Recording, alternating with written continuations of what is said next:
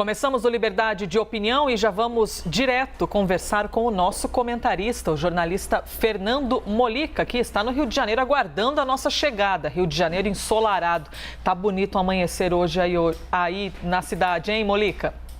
Sim, tá lindo. Desde ontem que o Rio vem amanhecendo melhor, né? Você vê que eu estou de preto e branco, que é uma comemoração aqui, a volta do Botafogo à primeira divisão. Então, desde ontem o Rio está amanhecendo bem mais bonito. Então, vieste com mensagens subliminares no figurino, Não, é isso? Explicitamente. Explicitamente subliminar, Fernando Molica. Vamos então aqui ao primeiro assunto do Liberdade de Opinião, sempre trazendo retratos dos principais temas nacionais para ouvirmos opiniões. O presidente da República, Jair Bolsonaro, disse ontem que vai dar um aumento para todo o funcionalismo público caso o projeto de emenda constitucional passe no Senado. É uma tentativa para ganhar mais apoio na aprovação da PEC dos precatórios. Vamos então ouvir a declaração dele. A questão da pandemia até se justifica, porque muita gente perdeu o emprego ou teve seu salário reduzido. Agora a inflação chegou a 2 dígitos. Então eu conversei com o Paulo Guedes, em passando a PEC do precatório, tem que ter um pequeno espaço para dar algum reajuste. Não é o que eles merecem, mas é o que nós podemos dar.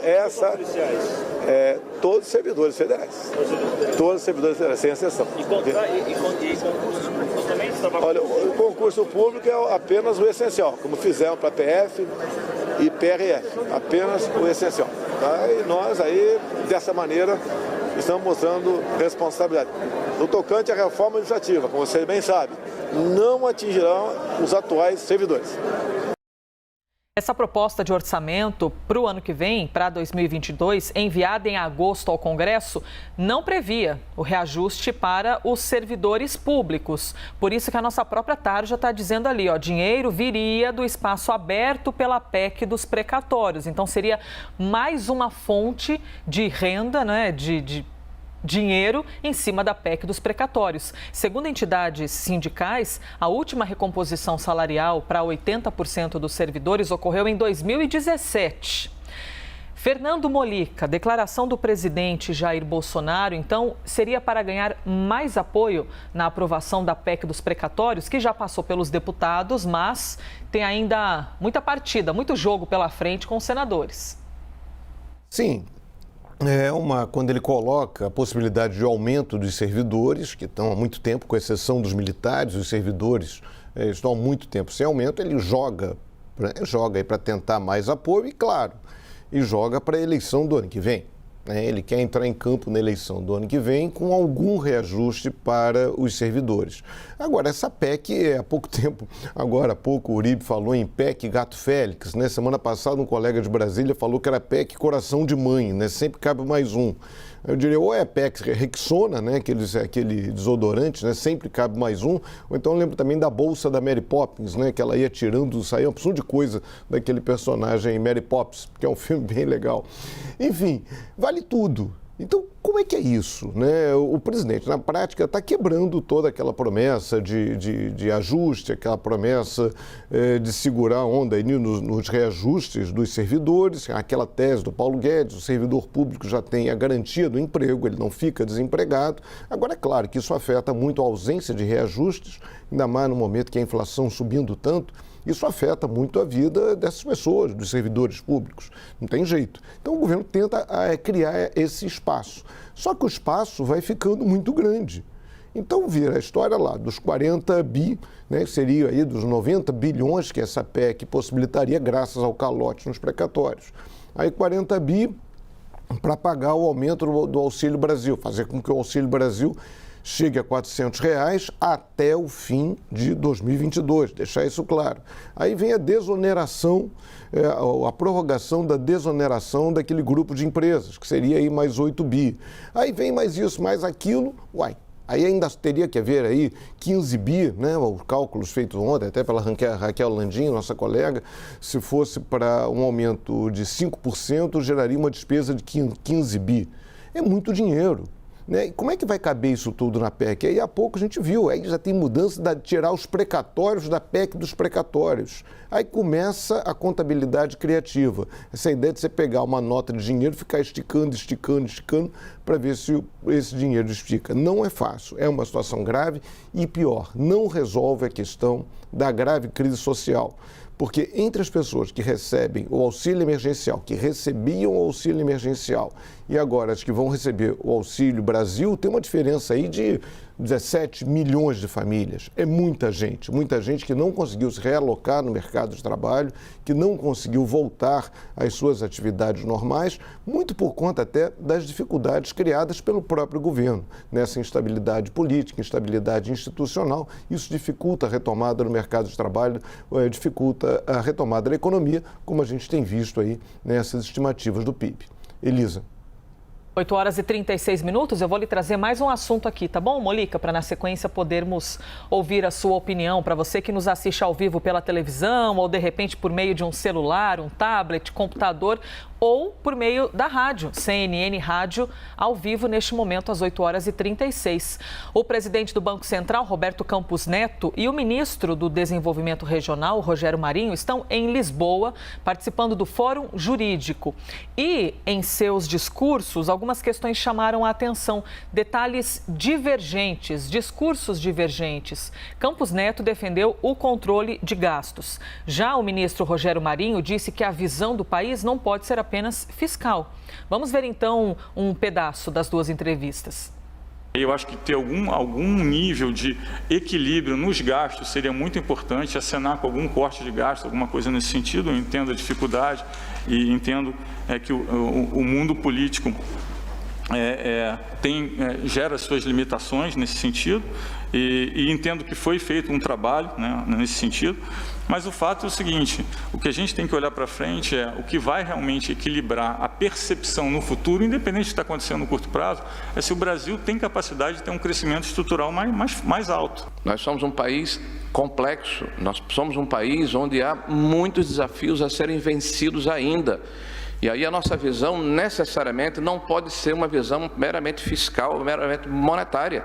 Nós temos que ter a sensibilidade social como este governo teve. Mas eu lhes asseguro que nós estamos extremamente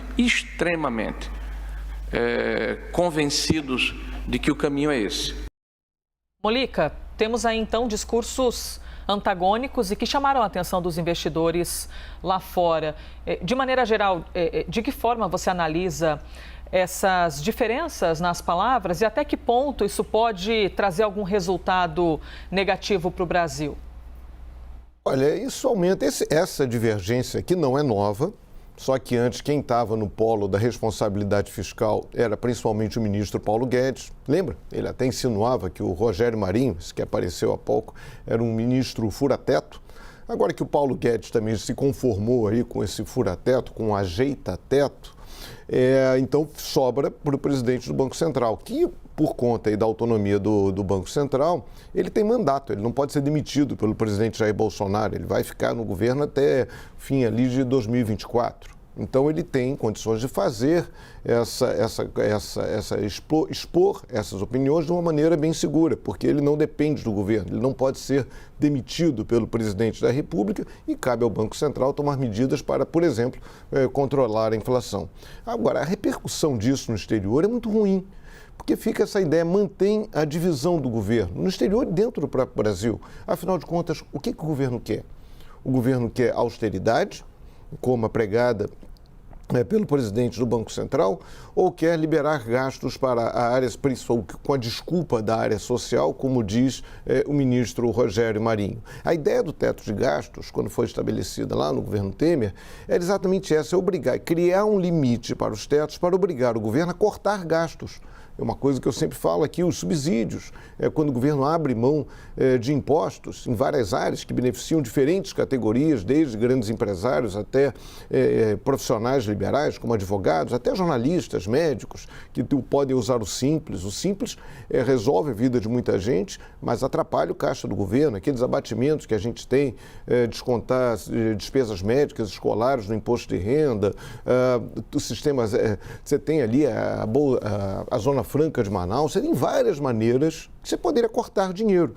Só que para cortar dinheiro de setores organizados é mais difícil. Cortar benefício para setores que se organizam, que vão lá no Congresso, que fazem lobby, conversam com o presidente, conversam com o deputado, com o senador, é muito mais difícil. Cortar dinheiro de mais pobre é mais fácil. E aí o governo usa essa desculpa. E, claro, temos uma situação social assustadora. É claro, é imediato colocar dinheiro na mão dos mais pobres. Ninguém pode passar fome. É essencial retomar a economia. É essencial retomar o investimento. Agora, como é que a gente vai fazer isso? De uma maneira minimamente responsável, ou vamos partir para o cheque especial, que na linhas gerais é o que propõe o ministro Rogério Marinho. E o governo é bom, o cheque especial de governo é muito bom, porque ele emite o cheque especial e quem paga a conta eventualmente é o próximo governo, não é ele. Nem o governo, quem paga é a população. Isso é maravilhoso. Imagina se cada um de nós tivesse um cheque especial que a gente pudesse emitir e jogar a conta para outras pessoas. Já pensou, Elisa? Olha, Molica, eu poderia jogar a conta para você, hein?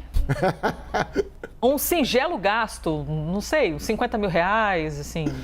Mas qualquer coisa eu mando em seu CPF, tá bom? Aquele skate super top, mega, ultra que você ia garanto comprar. Que o skate seria mais barato. Que bom se a vida se resolvesse assim num sorriso, numa brincadeira, não é, Molica? Como esse nosso agora. Mas a complexidade de tirar o cabelo de muita gente. Mais um assunto que eu vou lhe trazer agora, Molica, diz respeito às questões sanitárias do Brasil. A gente já repercutiu muito hoje aqui no jornal o anúncio de mais uma dose da vacina contra a Covid-19, uma terceira dose para pessoas que tenham entre 18 e 59 anos. O Ministério da Saúde anunciou, então, que todas as pessoas com mais de 18 devem tomar essa terceira dose. Mas o que está acontecendo? O anúncio foi feito sem o consentimento, sem consultar a Anvisa, que é a nossa agência sanitária reguladora. Vamos ouvir a declaração do ministro da Saúde. Graças às informações que temos, advinda dos estudos científicos, principalmente estudos de efetividade realizados em parceria com a Fundação Oswaldo Cruz e de um estudo que encomendamos em parceria com a Universidade de Oxford para avaliar a aplicação da terceira dose, que já temos dados preliminares, nós decidimos ampliar essa dose adicional, doses de reforço, para todos aqueles acima de 18 anos que tenham tomado essa segunda dose há mais de 5 meses. A informação, então, do ministro da Saúde, Marcelo Queiroga, uma decisão sem a participação da Anvisa, que é o órgão regulador aqui do Brasil. Além disso, tem mais uma pitada de informação que eu vou colocar aqui na mesa, colocar na roda, para na sequência ouvir a opinião do Molica. Segundo alguns especialistas que foram ouvidos aqui pela CNN, o Brasil tem um problema mais sério para enfrentar, que é o de resolver a vacinação da segunda dose das pessoas que ainda não voltaram para tomar a vacina, por quaisquer que sejam os motivos, mas que não completaram o ciclo vacinal. A estimativa mais recente do Ministério da Saúde é que 21 milhões de brasileiros estão com a segunda dose em atraso. Sua avaliação, então, Fernando Molica? Bem, para mais uma vez citar a música popular brasileira, yes, queremos vacinas, né? Queremos vacinas. Que bom, né, que mais gente vai ser vacinada. Agora, vamos organizar um pouco essa história. Primeiro, é essencial ouvir a Anvisa, né? A Anvisa concorda com isso? A Anvisa acha razoável que seja feita essa vacinação? A vacinação para pessoas acima de 18 anos que tenham tomado a quinta dose há pelo menos 5 meses. Então, não é muito tempo. Essa vacinação, na prática, vai ocorrer no ano que vem, porque as pessoas com menos de 60 anos tomaram essa segunda dose há menos tempo. Ok, mas enfim, vamos organizar um pouco essa história. Tem vacina para todo mundo?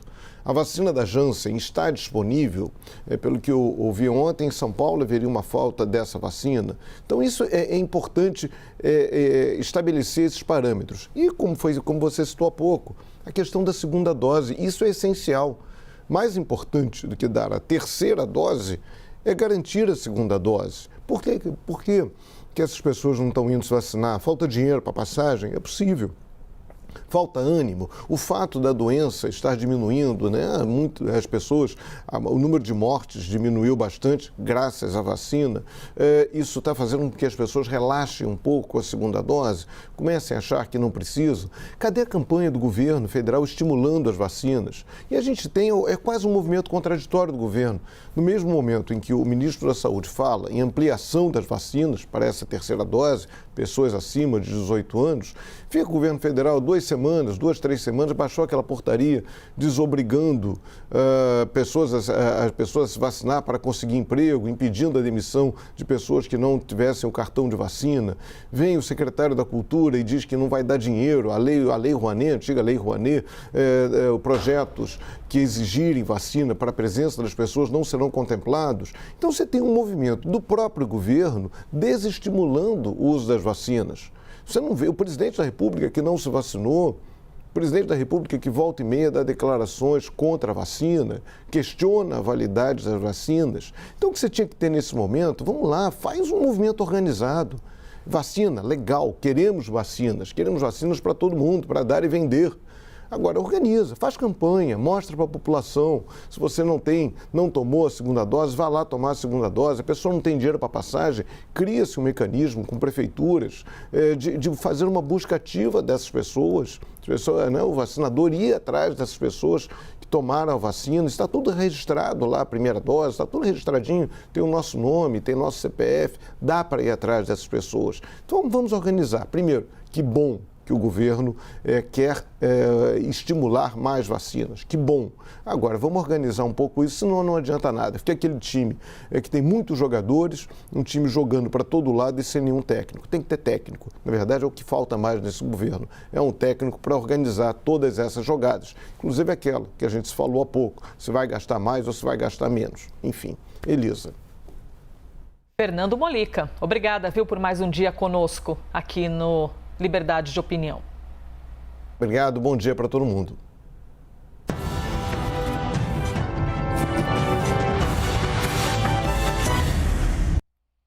As opiniões emitidas pelos comentaristas do quadro não refletem necessariamente a posição da CNN.